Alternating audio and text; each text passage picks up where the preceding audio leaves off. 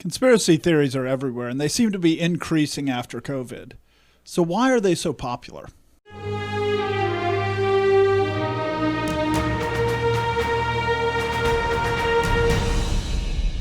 Welcome to The Conquering Truth. I'm Dan Horn. I'm Jonathan Sides. I'm Charles Churchill. And I'm Joshua Horn. Since the 1960s, and the term conspiracy theory has been popularized, it's kind of used to be this idea of some theory that's out there that's just completely ridiculous, and anybody's a fool who believes it. But yet you look, and there's still substantial belief in a lot of things that are labeled conspiracy theories. For instance, in Area 51 out in New Mexico, more than a quarter of the people believe that they actually have aliens there. And you look at the statistics, and a lot of conspiracy theories are still widely held. So why are they so popular with the American people? So I think when you hear the term conspiracy theory, like you said, it was popularized in the 1960s. There's something that pops into your head, which is the idea of something that's too ridiculous to believe. But I think the reason why it was popularized at that point was it was actually used as a weapon against people to say there were people who believed things, and those things weren't all ridiculous, but they wanted to make the people who believed them seem ridiculous. And so there's a part of it when you say the term conspiracy theory, you have to understand it's a pejorative term that can be used against someone who believes something reasonable. It can be used against somebody who believes someone who believes something ridiculous. It can be used in all different sorts of ways. I mean, it's an attack, but it's not always an attack on someone for something that they believe that's foolish, but you want to make them seem foolish for believing it. And so we've gotten to an age where it's very polemic. The political climate is, against each other. It's very divisive. There's lots of lying going on. And so there's an advantage in calling more and more things conspiracy theories because in the end you can minimize a group of people by it. It doesn't mean that all the things are true, but there's this part of it where we need to understand that what's going on is a war over language, a war over what people think and what they believe, and there's a war over just politics and can you control the narrative of what's going on. And I think that's an important thing to recognize, that the reason the term is used is to stop debate. That's the reason that you use the term. In a lot of cases, if you can easily prove that it's false or that it's true, then you just prove it and you don't name it a conspiracy theory. It's when either you can't prove it or you don't want it to be investigated that you call it a conspiracy theory. In like the Area 51, right? I mean, that's like a classic conspiracy theory. And it was called a conspiracy theory because they wanted people to believe it, because that's where they did all their research for new aircrafts.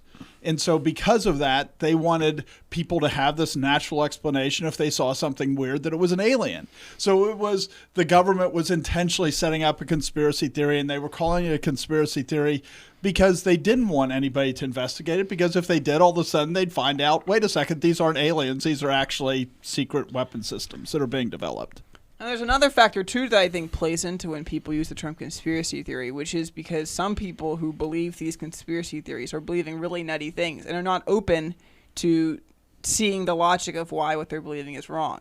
And so, whether it's the right tactic, some people just use it out of frustration because they've tried debating it and the people won't listen. They're like, well, you just believe conspiracy theories because you're shutting down debate. So it can be shutting down debate from the person who's believing the theory or the person who's using the term. There's a part of it where is if you just go around, it's like screaming racism. If you call everyone a racist, whether they're being racist or not, there's a point where the word starts to lose meaning.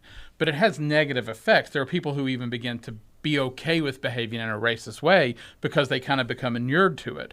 Well, with the conspiracy theorists, there's a part of it where if everything becomes a conspiracy theory, you start to believe that the way you know things isn't by reason and by debate. It's just by faith. It's just by blind faith. And so you just hold to things. And so there are even people who they hold even tighter to the idea, whether it's reasonable or not. And so, like you said, on one side, there's people who they find people they can't reason with be called it. And there's another side that says, I hold to these things because there is no discussion anymore. They've removed any means of even having a reasonable discussion. And so, like when you think of COVID, just because it's one of the more recent examples, and there's been a lot of accusations of conspiracy theories, and then you have the Twitter files, and all of a sudden you find out that was exactly what they were doing, is that they were calling them conspiracy theories. Like, for instance, that the COVID escaped from a lab in Wuhan. Well, now the FBI is saying that was true, but everybody was calling it a conspiracy theory. And you look further and you see that they were trying to cover it up and they didn't want to do it because they were funding research in that lab that was gain of function, that was illegal. And you start to see all these things.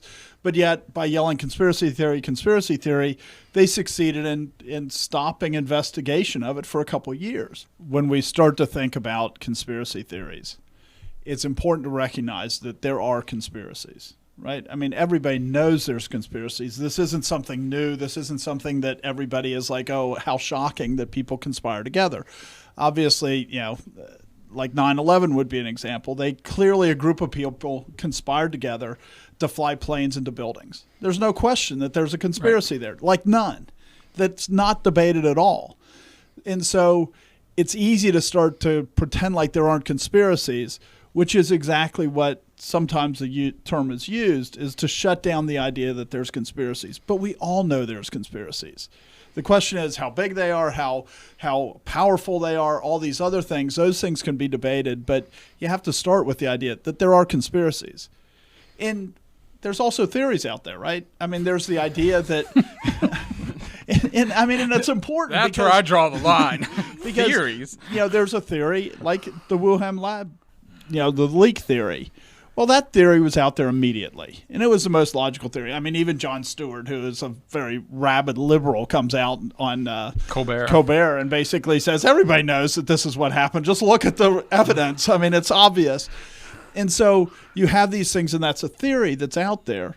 And instead of pursuing the theory to figure out if it's true or false and to actually do research on the theory, by putting the two words together to say, oh, there is no conspiracy, so you should ignore every theory that's related to a conspiracy, then all of a sudden you've shut down debate. And so it's really important to recognize that there are conspiracies. But that doesn't mean that every conspiracy theory, I mean, who cares if they're chased down is one thing. But it really is a means to shut down debate. I was thinking even, with the resurrection of Christ, you basically would have two competing claims of conspiracy theories, where you have the Pharisees saying that there's a conspiracy to steal Jesus' body by the disciples and then pretend he's alive.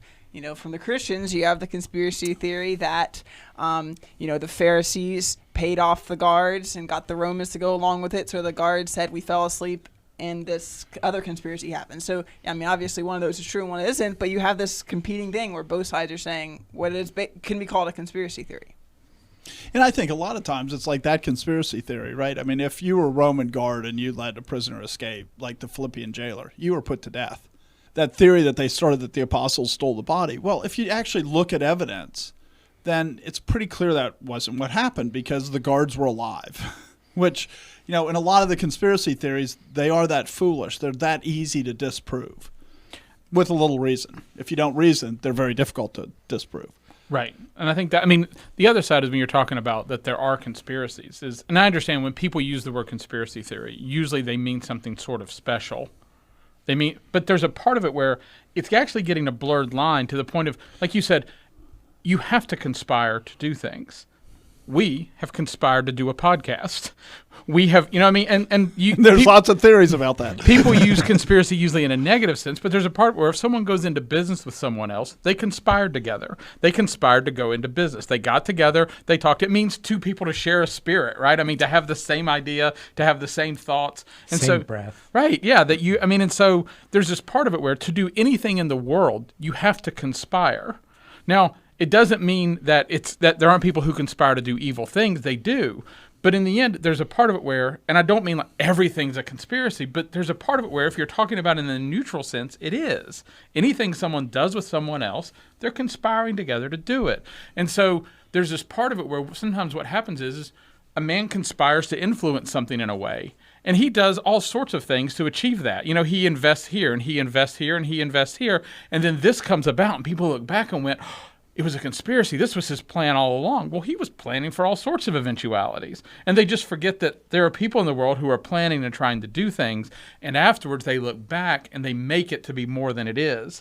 They make it to be a greater deal than it should be. And so there's this part of it where it's almost people's willful ignorance about the way the world works that adds to it, because all of a sudden they're like shocked that a billionaire tried to accomplish something in the world.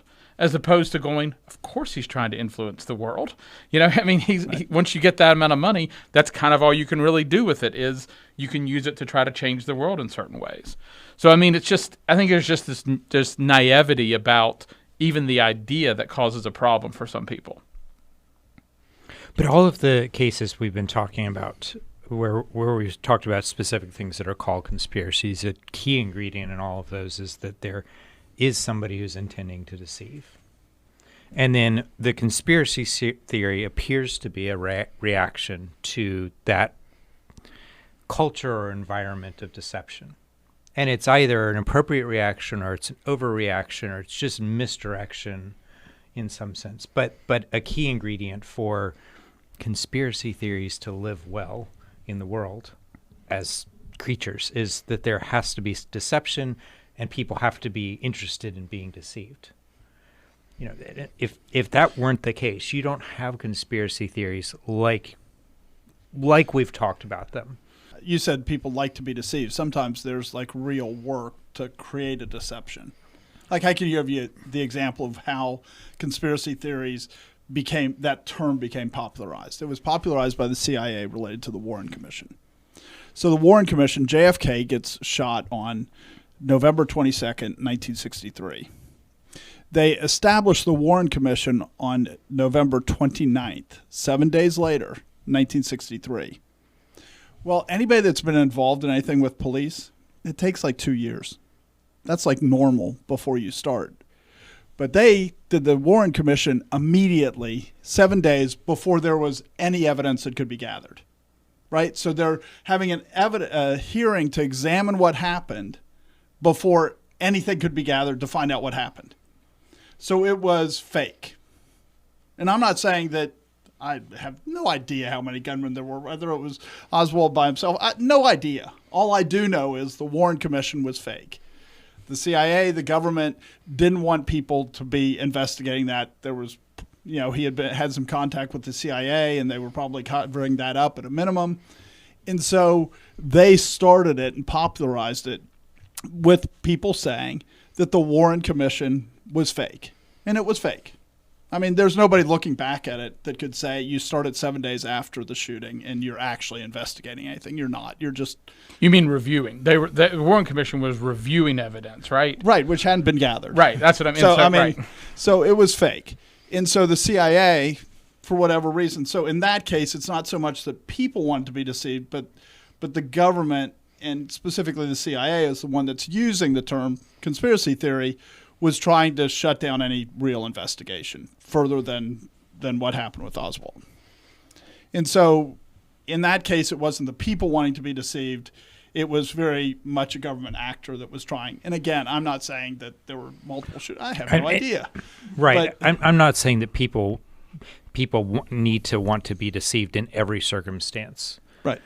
But there is the circumstance of, hey, somebody's trying to deceive, and then the rest of the world is looking for an explanation for things. And sometimes they're trying to deceive by getting people by doing an initial mocking of people, which is what the CIA was doing with the Warren Commission, is if you question it, you get mocked, right? And so it's a way to deceive through mocking. And then other people deserve to be mocked because of the theories they believe in. So I agree with you that there's always this desire for deception somewhere in there. The question is, it can be on either side. It's useful to look at that specific example because there's a part of it where when you look back at it, there's a lot of different reasons that they may have done the Warren Commission. There's lots of different motivations for doing the Warren Commission. There could have been people who were going, we can't have people lose faith in the government. There could have been some people who were trying to cover something up specifically. There could, And so what happens is frequently a conspiracy theory that comes out of something becomes people trying to oversimplify something that potentially is a lot more complicated. And sometimes they're complicating things that are simple. Right. Like you look at the Warren Commission, and it's really simple. They weren't in the position to do an investigation. I meant the reason why they did it. Right. I meant what I'm that saying could be is very the motivation for doing it could be a lot more. There's a part of it what people want to do is they want to attribute a unified front as if the Warren Commission was planned for one particular motivation. Everyone had the same motivation for doing it. Everyone had the same reason for doing it. And the truth is there's lots of different people there's lots of different forces in the government that may have wanted to do it. Some of it who wanted to cover up something specific. Some of them who didn't want people to lose faith in the government. Some other ones who wanted to win election or wanted to, it's like Right. all these different things. And so there's this part of it where what's easy to do is to look at that and go, the whole thing was just this planned operation by the government, and everybody was cooperating in that unified conspiracy, as opposed to it was a Everybody mixture had of their all own sorts of motives. conspiracies going on. There were lots of people conspiring the way people always do, and it's really easy to pretend like that's the explanation for everything. That people are more brilliant than they are. Right. And that they've actually coordinated it instead of everybody just chasing their own interests. Right. There's that old saying, is never attribute to never attribute to malice. What can easily be explained by stupidity or ignorance or all these other. And there's a whole list of things that can lead to those things. Like I said, political ambition, just a desire to be lazy. But a lot of that is a term. It's a kind of malice. So They are. that's a bad saying. I don't think that saying is very valid. But what people do is they turn malice into something very specific, as opposed to, like you're saying, right. that Incredibly skilled malice is rare. right. Well, but malice is different than just sin, or malice is different than sin. It's like an intentional, like I'm out to get someone. And I would just say, like with the people that say the senators, that the purpose for it was to bring calm to the nation. They're still deceiving the nation intentionally. That's still, that's Right. an act of malice. And there were, like Jonathan's point was, there are people who recognized that it was a sham, recognized what was trying to be achieved, and were willing to let themselves act as if they were deceived by it to go along with what was being done. And so there's this part of it where, even some of the senators who went along with it may have been shamed into going along.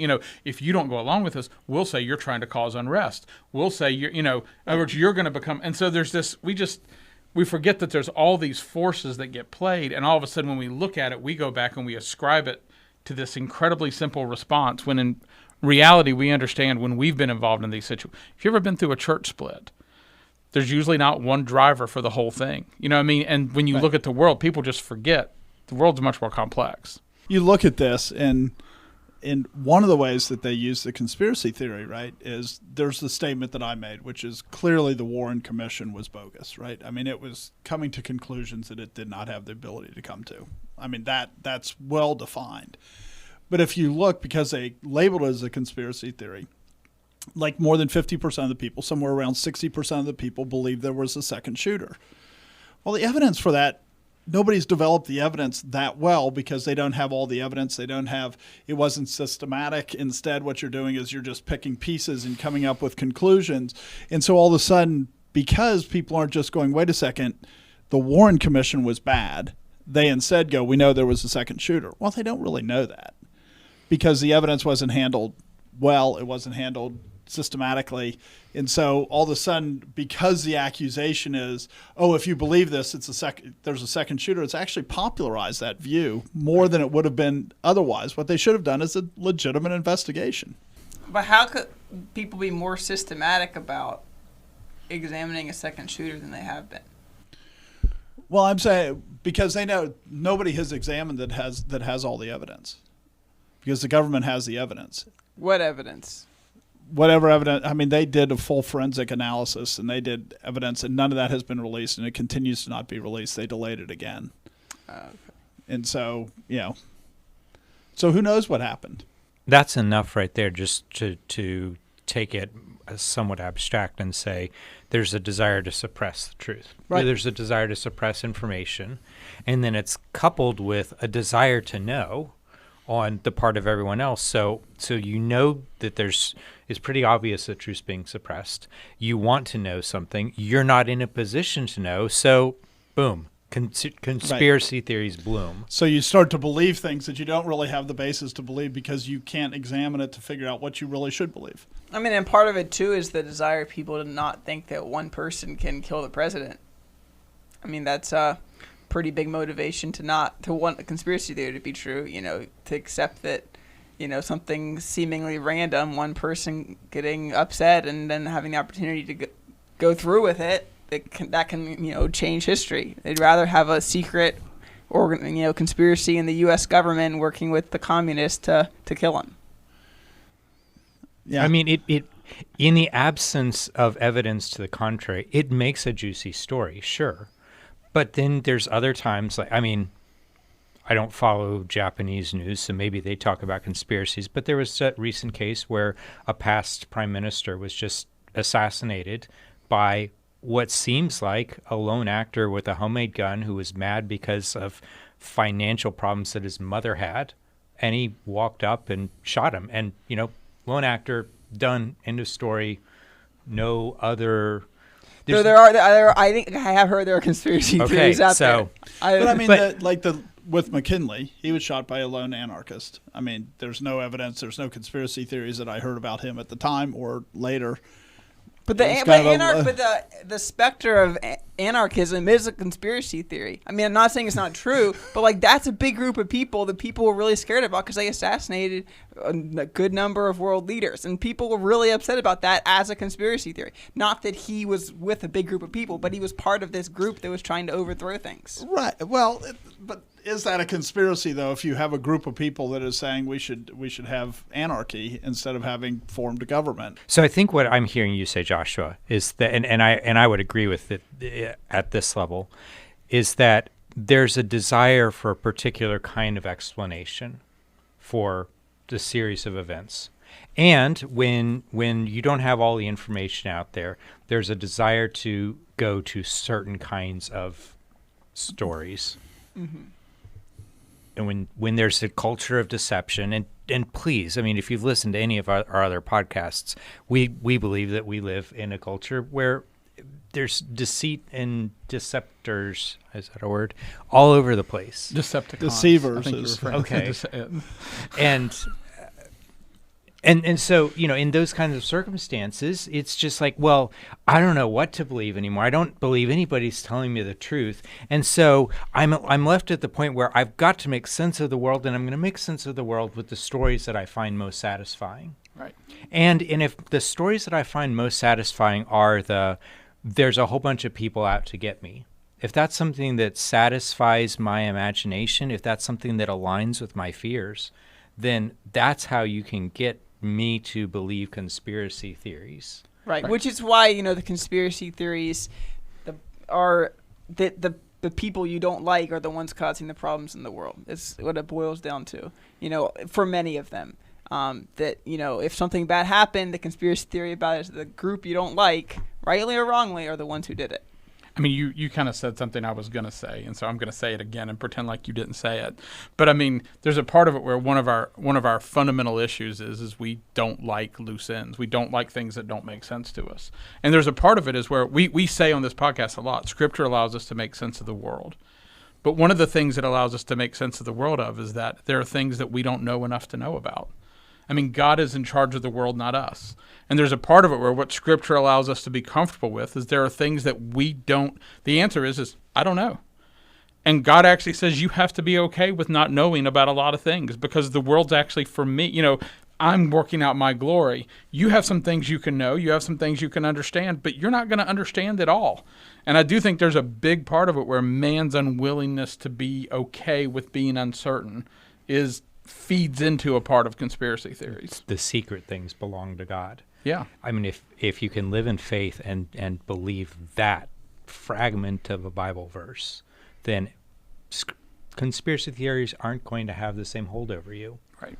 Right. I mean, you see stuff in the Bible that would be very fertile ground for conspiracy theories. Like, who was it? Abimelech or whoever, a woman drops a stone out of the tower and kills him. Like, come on, a woman can lift a stone to kill him out of a tower? Really? We're supposed to believe this?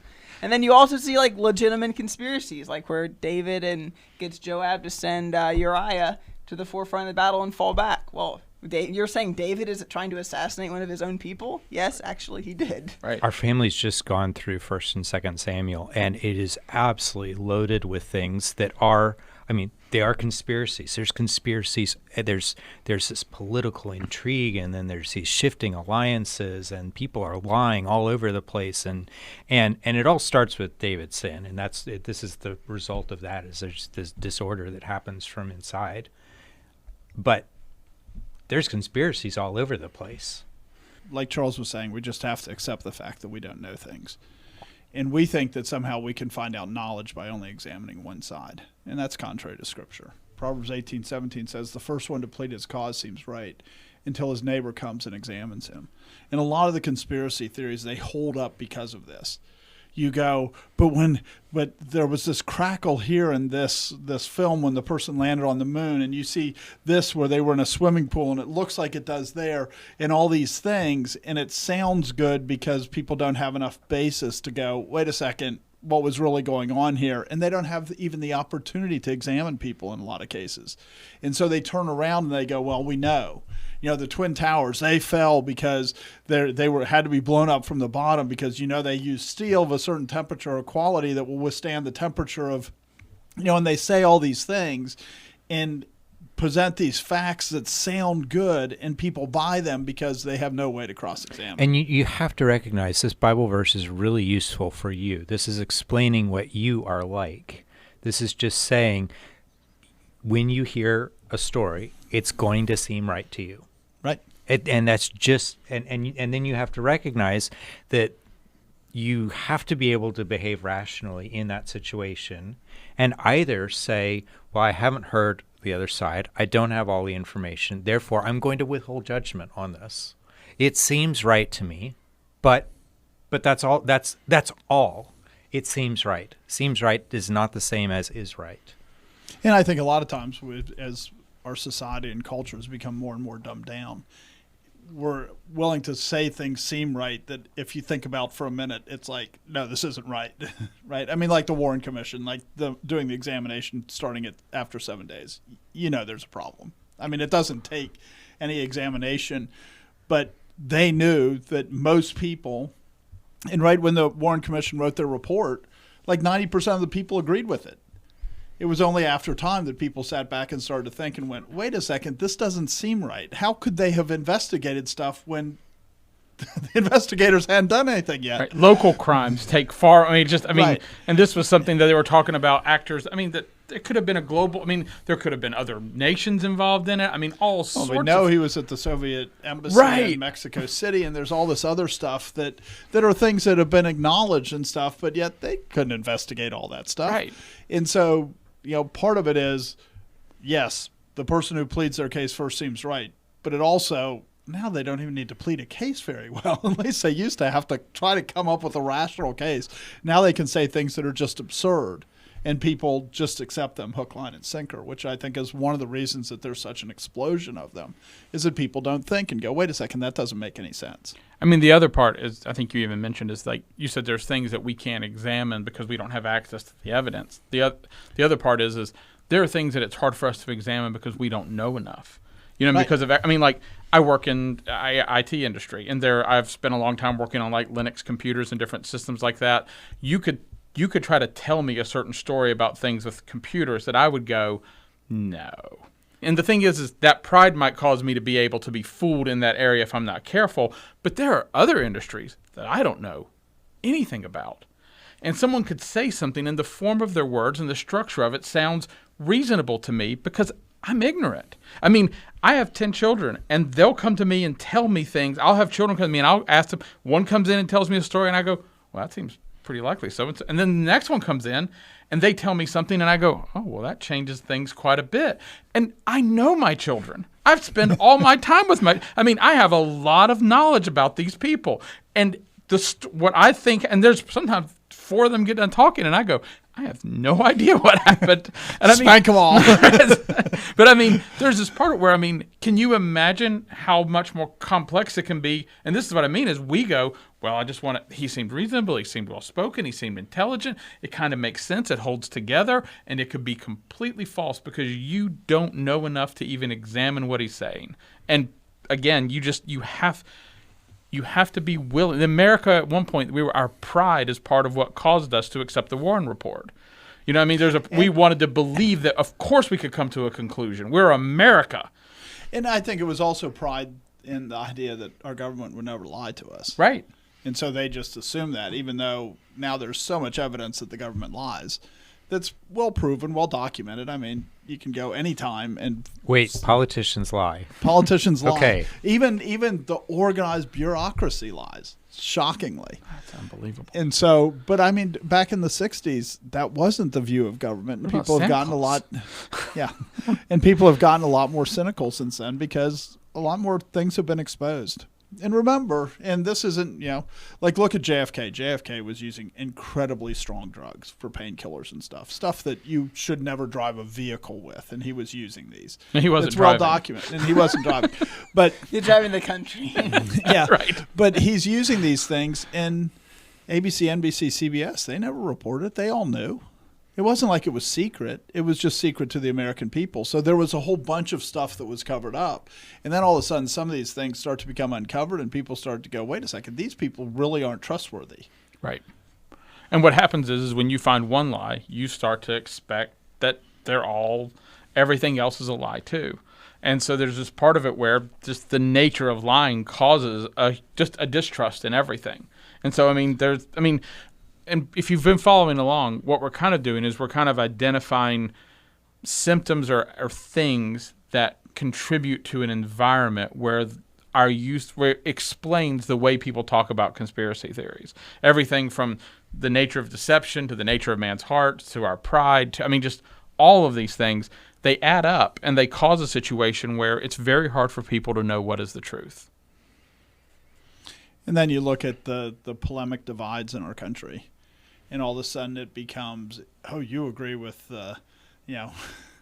you agree with Donald Trump because you don't say that he's a Russian agent. And so they use it to push shame and to create greater divisions and to leverage it by saying, well, if you're with that group, wow, you're nutty. You agree with those things.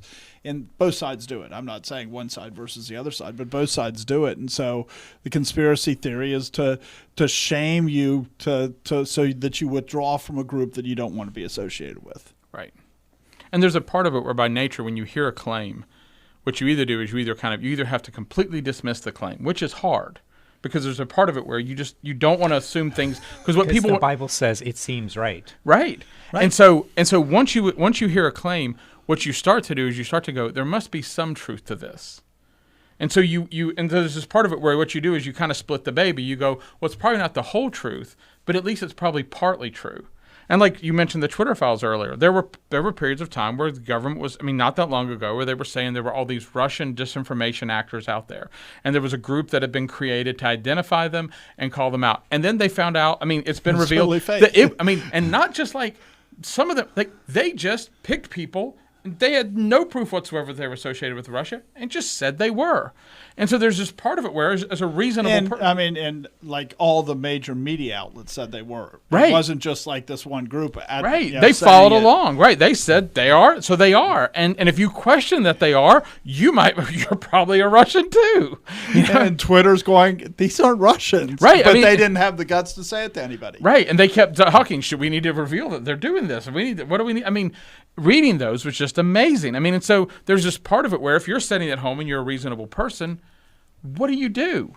How do you process that information? Because there's kind of a mentality that, I don't want to believe in conspiracy theories. So, I understand that the mainstream media might be wrong, but they're only going to be like 10% wrong. Right. Or even 50, right? Yeah, Maybe even 50. There's a percentage, Some people are like, if the mainstream media says, I know it's a lie. And that's just as bad. But you can. Although the rate they're going, it might get there. But you can just say I'm willing to disagree with them, but they can't be doing X. Right. There's a limit. They wouldn't just make up something out of whole cloth and say that it was true. Right. But part of that is too, if you just take a step back, you start to go, wait a second. There's all these Russian bots that are so influential on the election, really. Russia spent $3 million or something, they were saying. The U.S. government or the U.S. candidates spent $2 billion. roughly 1,000 times more than what Russia spent. But they're saying the 1/10 of 1% that Russia spent completely controlled the election. Best money ever spent in the history of the world. It's like what Trump should have done and what Clinton should have done is immediately fire everybody that was advising them and go hire a Russian. They obviously know how to do it. And so part of it is people don't even give it any thought at all. Who cares if the Russians are out there? Do they really have more influence than the Clinton campaign, than the Biden campaign, than the Trump campaigns? Right. No, they don't have more influence than they do. They're spending a mere pittance compared to it. And it's not that they're so brilliant so part of it is people fall for these things because they want it to seem right because they just don't want to think about it. They want to be deceived. They want to be deceived. They just want to sit back and listen to things that are clearly false without any thought about it. And that leads us into, I think, one of the points we kind of want to get to here is that the reason they do this is because they want to fear something other than God. You know, I mean, God says, I kill and I make alive. You know, God says, we'll cover the verse, I think, even later, where he talks about, you know, the kings of the earth, they conspire together. And I laugh at them. And so, I mean, all of man's machinations, all of man's plans, all of the things that man does are ridiculous. God is the one who is working out his will. But he says in Isaiah 8:11-13, "For the Lord spoke thus to me with a strong hand, and instructed me that I should not walk in the way of this people, saying, do not say a conspiracy concerning all that this people call a conspiracy, nor be afraid of their threats, nor be troubled. The Lord of hosts, him you shall hallow. Let him be your fear, and let him be your dread." And there's a part of it where, I mean, today when you talk to people about the fear of God, they turn it into it's reverence, it's respect. No, it is dread. It is dread because all things, he is taking everything that is happening in the world. He is working it for his glory. And those who stand against him, he will judge and he will torment for all eternity. And if that doesn't fill you with dread, I'm sorry, you're not thinking about the world correctly. If you think that the world is like the classic movie version of a conspiracy theorist where you open up their closet and it's all the newspaper clippings connected with red yarn and pins because there's some secret group or groups and it's all connected, if you think that's the way the world works, then that's a fundamental denial of the sovereignty of God. It's bad theology because there is a secret group that's controlling everything, and it is all connected, but it's the Trinity. And if you want to ascribe that to anything else, then you're really missing what God's doing in the whole course of history. You have to start there. If you start with the fear of God, if you start with let him be your dread, then you can agree with somebody like Isaiah who says, don't say it's all a conspiracy. Don't believe every time somebody comes to you and says it's a conspiracy. Because it's a desire to, what Isaiah is saying by saying don't say that is there's people who are saying that because they don't fear God. They fear something else. Or they're trying to gin up fear in something else, right? Because a lot of times people manipulate, and they always have manipulated other people by stirring up fear. And so it's a means to manipulate people and to try to cause them to be filled with fear. So they say there's a conspiracy. They may not even believe it. They don't need to believe it. They want to control other people. And this is, I mean, it's a pretty helpful verse because directly, this is the verse that addresses the topic we're talking about. And, you know, I think one thing that it's saying is not that there are not conspiracies, because we talked about how there's a lot of conspiracies recorded in Scripture, but it's saying don't follow the people and be afraid of these conspiracies. Don't be saying a conspiracy. Instead, focus on God, who actually controls the world, and he's the one who you need to fear. So it's not to say that there are no conspiracies, but it's to say that's not what you need to be worrying about. You need to be worrying about the Almighty God. Buried in this verse is that there's comfort here. It's don't be afraid of their threats. Don't be troubled. And if an angel of God came down and read your Facebook feed, would that angel think, this person is not afraid of their threats and not troubled? Or are they going to say, hey, you know what? You're swept up in all the hysteria of what's going on. Even if you're right. Even if you're right about some of this stuff. Are you troubled by it? Are you troubled by their threats? Or do you actually fear God? Do you think he's the one who's really pulling all the levers? And are you really spending time on the things that you should be spending time on, rather than just trying to stir up fear in other people because you're afraid, right? Because a lot of times people, and it might be true, the conspiracy theory they pass on, but they pass on conspiracy theories because people like other people to join them in their fear. Right.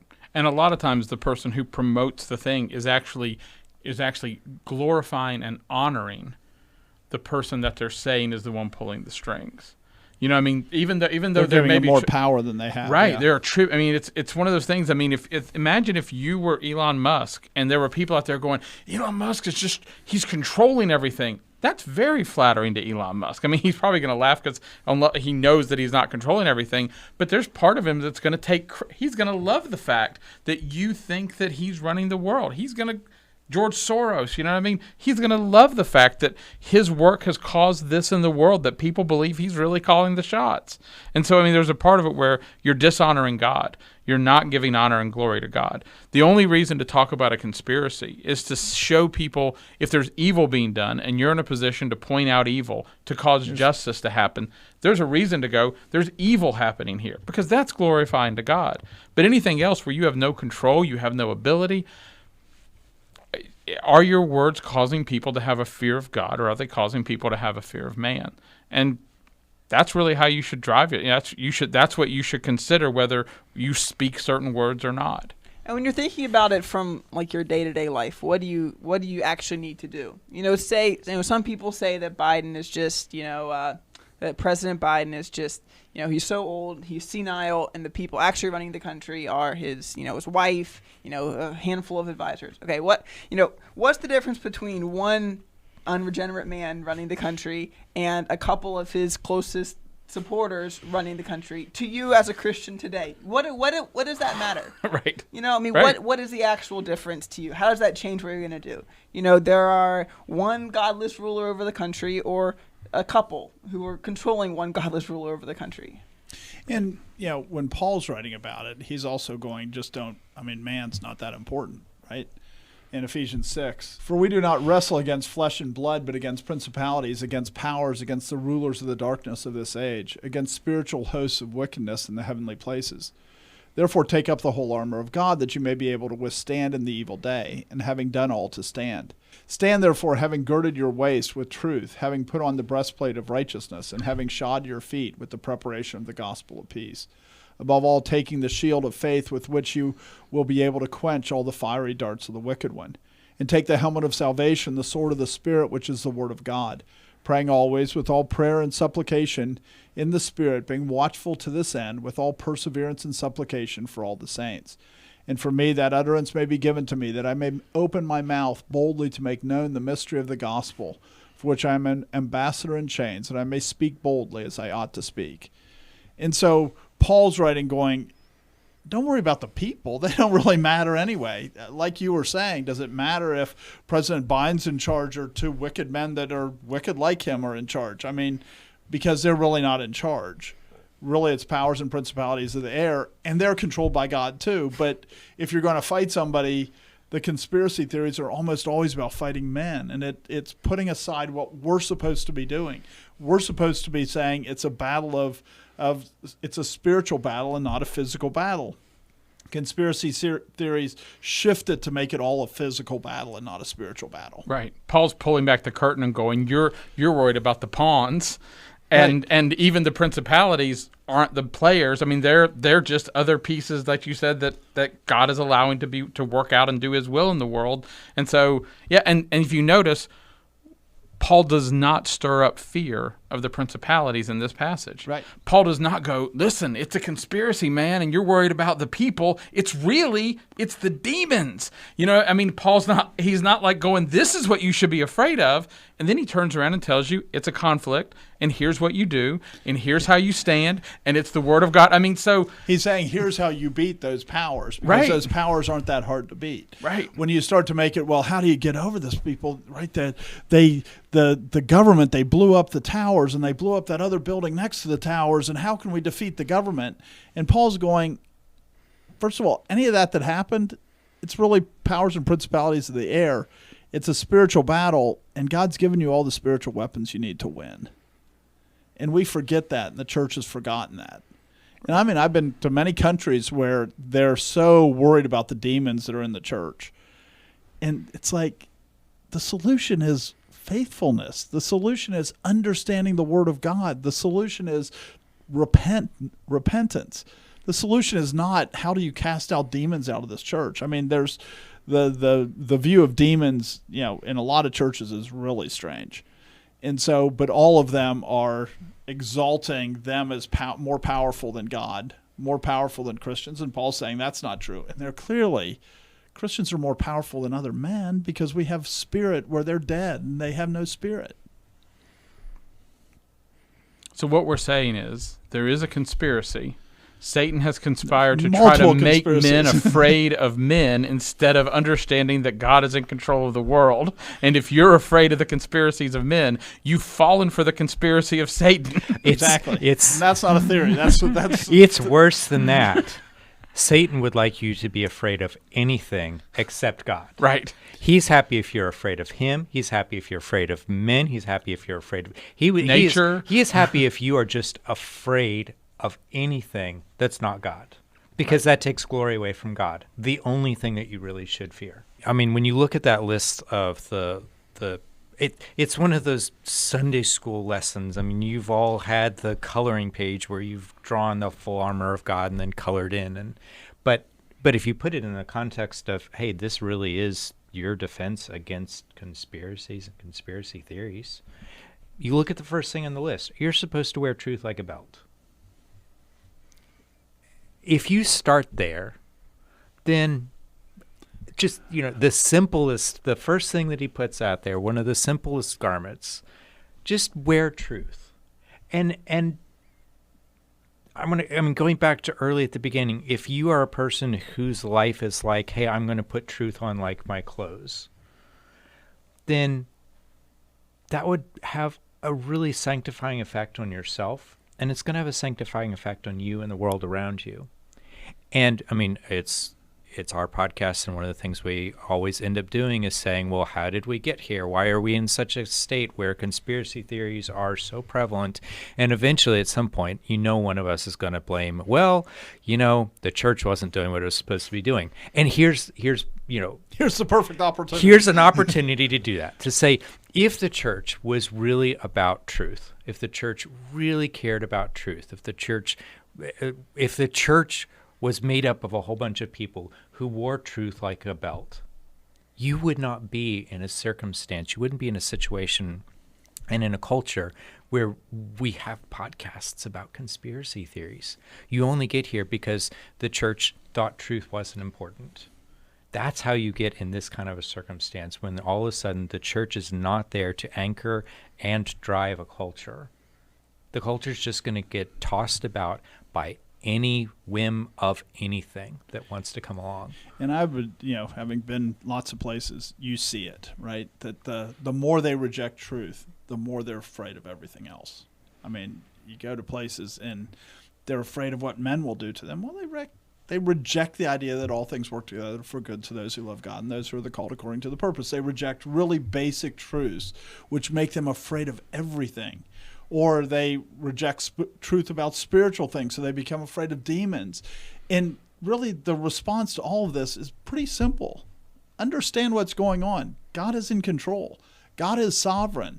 And people reject that, and they lose that truth. They cover that truth up because of their own feelings. They want to say, well, no, I'm sovereign over my election, other things, over my salvation. And so they end up being in the position where they're going, yeah, truth doesn't really matter. And then they just are filled with fear. And like you're saying, I mean, all you really need is that, and that defeats most of it. Most of that fear is simply defeated by putting on the belt of truth. There's probably some people who would say, yeah, it is all about truth. The truth about who is really controlling the world, meaning which government organization. But, there's a lot more to it than truth. I mean, there's righteousness. How many people are more concerned about who's running the world than they are about obeying the commands that are actually given to them? I mean, there's salvation, there's faith. So truth is part of this. Truth is not the thing you care about. Truth is, God's word. and all these other things that are referencing it or defining what that truth is. It's not whatever you happen to want it to be. And we know what distorts truth, right? I mean, all truth is distorted because of unrighteousness. So if you don't pursue righteousness, in the end, you won't keep truth. I mean, those two, right? We deceive ourselves in our unrighteousness. So that truth immediately gets under attack if you're not willing to walk in righteousness. That's the second one on the list. That's why I said that. I mean, and then a gospel of peace. Well, good news of peace is very different than there's a conspiracy and they're all out to get us. Right. Because which one do you fear? Do you fear God or do you fear man? That's what the gospel of peace cuts right through that one. The gospel of peace says God has conspired to show mercy upon some. That there is a conspiracy and it's God. Right. And so you can be beaten for what's not your fault, like when Peter and John were beaten by the Sanhedrin, and walk out and rejoice because they go, it's the gospel of peace. God's going to win this. It's just a matter of time. I mean, God tells us how to deal with the conspiracy theories, and it's pretty easy. But there's various reasons why people want to embrace conspiracy theories, and especially for like big conspiracies. I think a lot of it is they can excuse their own failure to do what they should do. Right, I can't do this because the Jews are all against us, right? I mean, you listen to like the Nixon tapes, and that's what Nixon was saying, is that all his failures in government were because of what the Jews had done, or the Illuminati, or Skull and Bones at Yale, and there's all these groups that people want to assign a lot more ability to, because that takes responsibility from them. Right. Even though you can look at the world and go, the things that what happens is when there's something that looks like it's heading in the direction they want, they give them 100% success for it. But when it's moving, when it's not, they just go, oh, well, that doesn't just, like you said, that doesn't disprove the fact. They're just lulling us into a false sense of security right so now. We can get you later. Right. And so, in the end, it becomes this self-fulfilling sort of prophecy that you can kind of create any sort of evidence, whatever the evidence is, proves your conspiracy theory, and that's how you're in a pretty bad way if there's nothing that can prove you that you're wrong. If you can't find any way to falsify your theory, you're starting to get into a pretty bad spot. And again, it's just really important to recognize how much sin is what puts you in that spot.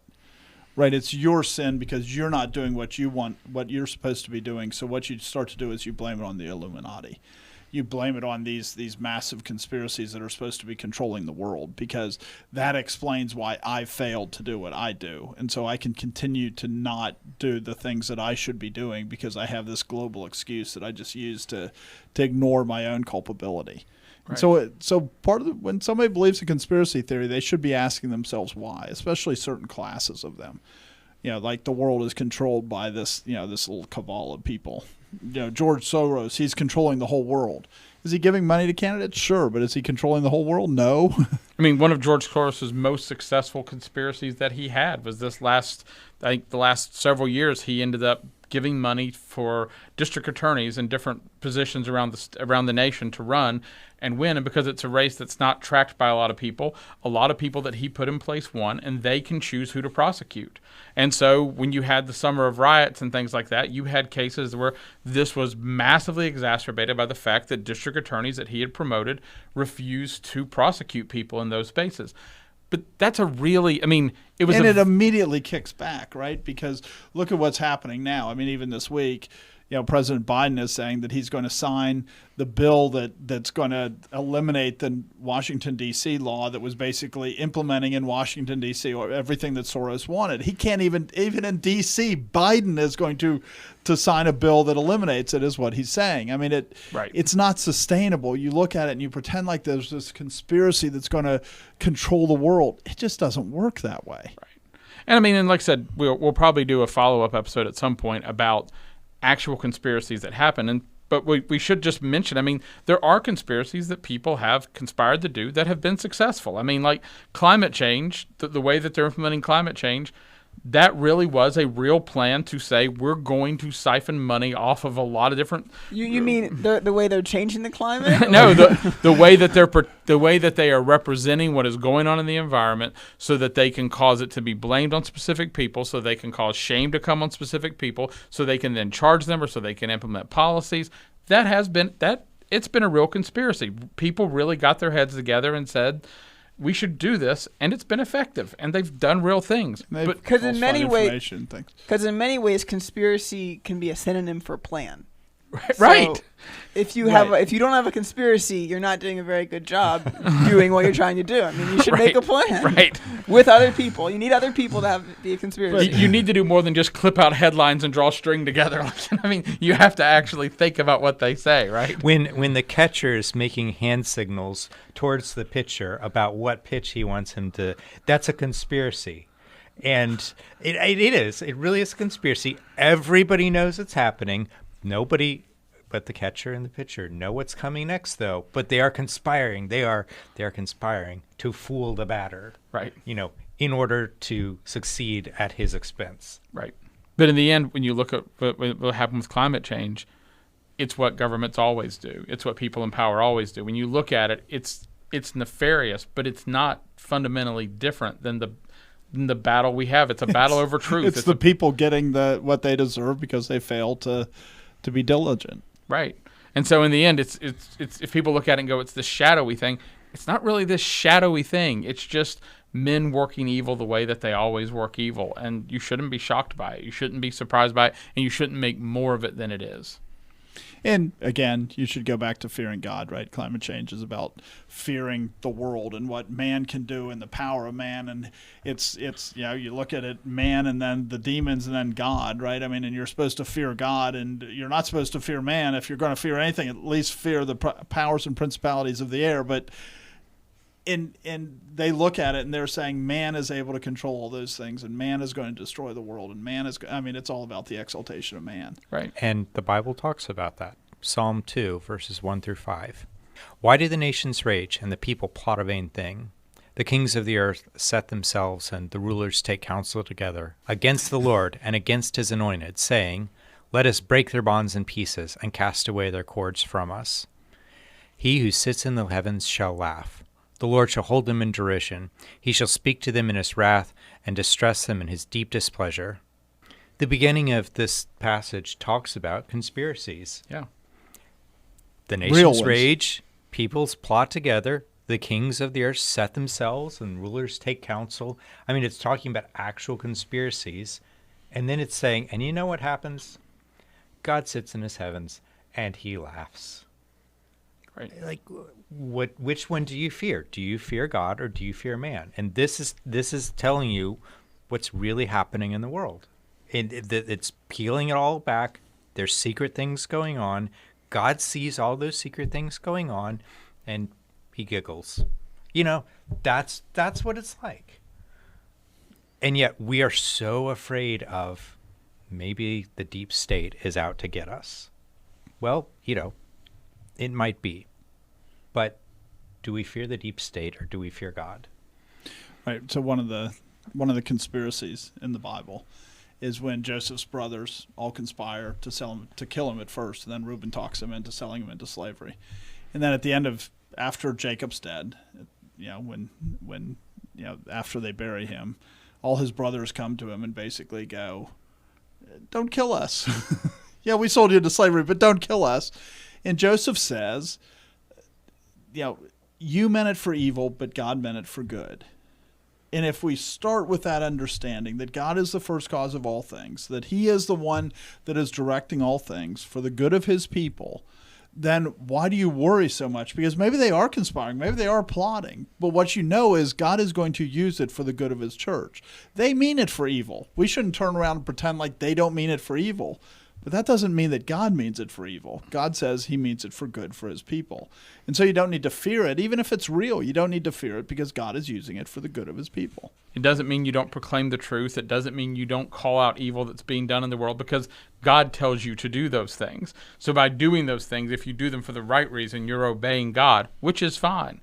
But in the end, this is really the issue: is where is your focus? Where are your eyes? Do you understand? Where's your fear? Right. Where is your fear? That's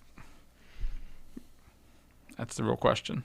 So, I mean, one of the other verses that really kind of talks about this, and this goes back to a theme running through the episode of that men are, like Joshua said, it's just another word for conspiring is planning, is Proverbs 19:21. There are many plans in a man's heart. Nevertheless, the Lord's counsel, that will stand. You know, you saw in the previous verse where it says, the people of the earth plot a vain thing. You know, the nation, you know, the kings of the earth, they take counsel, and it's against God. The conspiracy is the heart of man has conspired against God. But in the end, they're not united in their plans. They're not completely united. This one's trying to do this. This one's trying to do this. This one's a slave to gluttony. This one's a slave to greed. This one's a slave to bitterness. This one's and so man is sinning against God. But in the end, there are many plans in a man's heart. There are many, many different plans. But in the end, God's counsel, what God has decided, that's what's going to stand in the world. And so that's where our focus should be. But I think a lot of people don't want their focus there because that's too hard, or they want to be puffed up. Right? I mean, one of the reasons that the conspiracy theory, so we've kind of looked at it from one side, which is the side where somebody is deliberately doing it, where they're deliberately setting it up. You know, President Trump is a Russian agent, you know, just foolish things like that. And then they mock anybody that doesn't believe it. But then there's the other part where there's people who go and research it and they find these things and they spend a lot of time to go, you know, we didn't land on the moon. Look at this glitch here, right? And it's not even systematic where somebody's doing it with an agenda, except that the agenda is usually to make themselves feel more important, to go, look, I've discovered something that nobody else knows, to make themselves feel smarter. And we should just recognize that that's what drives a lot of conspiracy theories too, is it's somebody going, look, I know more than anybody else. I know more about this subject. But to know more about it, they usually have to ignore a lot of things that contradict their position, but they want that position because that gives them a position of, you know, where people are going to listen to them and people are going to consider them. So instead of doing the things that they should be doing in order to accomplish that, what they do instead is conspiracy theories are a way to get a following, to get people to follow after you. It's a way to come up with human explanations for problems, and therefore the assumption that follows is that there are human solutions to those problems. If you even if it's not something that's actually a problem, if you're able to say, hey, there's this big scary thing that's being caused by these big scary humans, then the solution for that is a big human thing, and God is just not part of that equation anywhere along the way. And, you know, again, would your Facebook feed bear that out? Where is your trust? Where is your fear? Is it in God? Do you believe that God is behind all things? Do you believe that God is actually working out all things together for the good of those that are the called according to his purpose? Right. God has purposes. He's working all things for good. Can you start with that as premise A? Or are you starting with somebody's out to get us all? In his purposes, the Lord's purposes will stand. Right. I really like what you pointed out about it puffing people up, because there's a part of it where if you look at the language of a lot of the conspiracy theories, the value you get out of it is you get to look at everybody else and view them as sheep. Look at all the sheep walking around like idiots, and I've stopped being a sheep. You know what I mean? I know. I've taken the red pill. Right. Look at everybody else. They're walking around and they just, you know, they have no idea. But I know. I see the strings. I understand what's being pulled. And I mean, I do think that's I think there's a part of it where it's something where you can literally look at and ask, what is my motivation for these things? Is the knowledge I'm seeking, is it allowing me to follow God in a better way? Is it allowing me to do the work that God has for me? Or is it a total distraction and it's really a tribute to my pride? And that's is it a waste of time? Right. And so often it's a waste of time. The reality is, how much does it matter if we landed on the moon or not? Right. How much does it affect your life? But yet there's a lot of people that spend a lot of time researching that, going, oh, we never landed on the moon. So what?